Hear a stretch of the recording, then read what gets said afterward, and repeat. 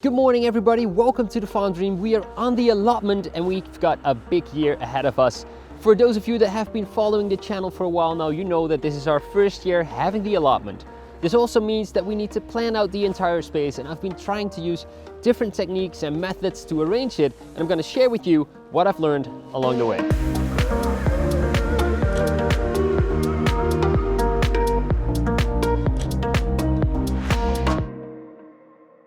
To start off, you might be able to tell that our allotment is far from done, but I did finish the plan for it. Nicole and I decided to split up the garden into two sections, one being the vegetable garden and the other side being the cut flower garden. For the flower garden, I started on paper, starting with a very productive garden and ending with more like a garden just to enjoy. When drawing was done, we decided to walk around with bamboo sticks and string and just set it out. This made it easy to get a feeling for the space.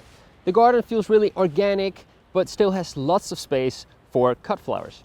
If you're trying to create a more organic feeling garden, this would be a great way to do it. It's more feeling based than based on high yields. So if you want to have high yields, make sure to create loads of beds.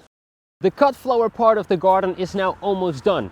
We just need to add a few more beds and also add in all the plants. But Nicole already has more than 100 different varieties, so I think we'll be fine. For the vegetable garden, the plan was not completed just yet, and going around with string and bamboo sticks didn't feel like the right thing to do. Now, I wanted to make it efficient but also create a garden where you can just spend your time. Trying to create a plan, I actually started drawing just like the cut flower garden.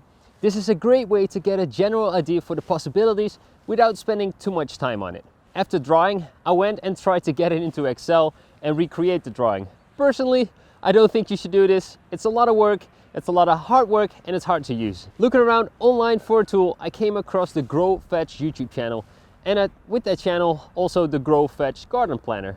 Now, I'm not sponsored by them in any way, but I do like their product a lot. It's quick and easy to use, and already has loads of items built in to the software. I've used this to make a plan for the rest of the garden, and also help create my sowing and growing calendar. Let me walk you through it, and let's just have a walk around and let me show you what the plan is for this year. I've decided to create many different areas with different growing styles, and this is mainly so that I can show you many different ways of growing. So over here we will have the main growing area.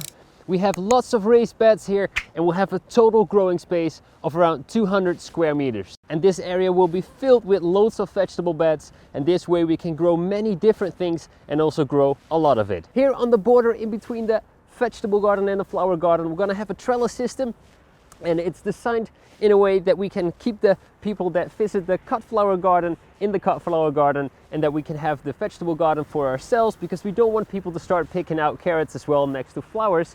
We'll have a little bit of a gate here in the middle just to be sure that we have easy access to the greenhouse for all the seedlings for the cut flower garden. Now, in between the border and the vegetable garden, we will actually create raised beds.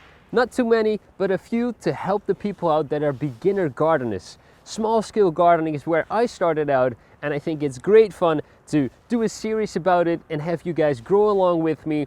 I'm just gonna give updates when you need to do something in your vegetable beds. So small scale gardening over here. All the way in the back corner we will place a polytunnel, and this will serve for our tomatoes and our cucumbers in the summer, and it will also be a good spot for our lettuce in the winter. Now the size will be roughly 4 by 10 meters. It's quite big, but Nicole actually also wants to grow a few plants in there, a few flower plants, so we needed some extra space. In front of that, actually, we're gonna do the family garden. I want to create a small area where we can just grow for ourselves, for our home cooking. We're going to sell mostly all produce at the gate in the summers, at least that's the plan, so it's good to have a dedicated spot where we can grow for ourselves.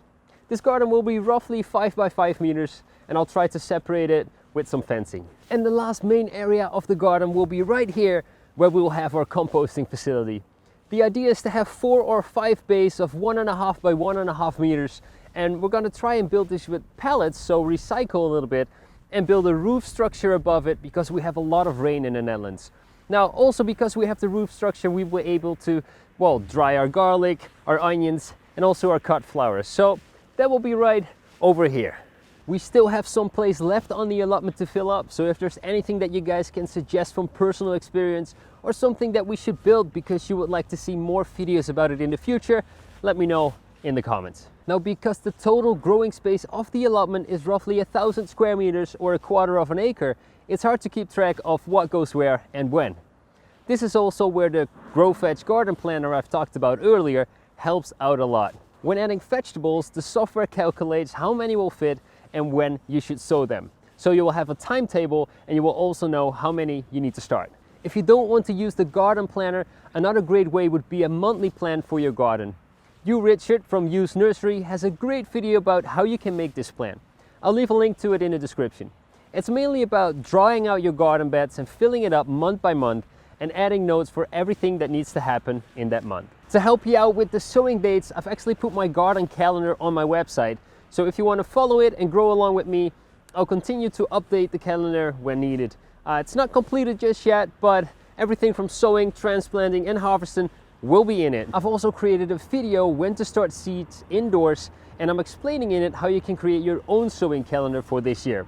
I'll leave a link in the description. I know creating a vegetable plan can seem like quite the task, but when you sit down and take the time, it's actually not that hard. Vegetables are quite forgiving for mistakes and will continue to grow. Having a garden is all about going out there and just experimenting. I hope this video helped you out by me sharing my struggles of the past weeks to get this all done. For now, thank you guys for joining me on the allotment today. I hope you enjoyed it, and if you did and you want to join the community, hit the subscribe button, also hit the bell icon for future videos, and don't forget to live the farm dream and flow better when we walk around in the garden. And going around with sticks and bamboo, string, fring, ding, ding, ding. And the main growing area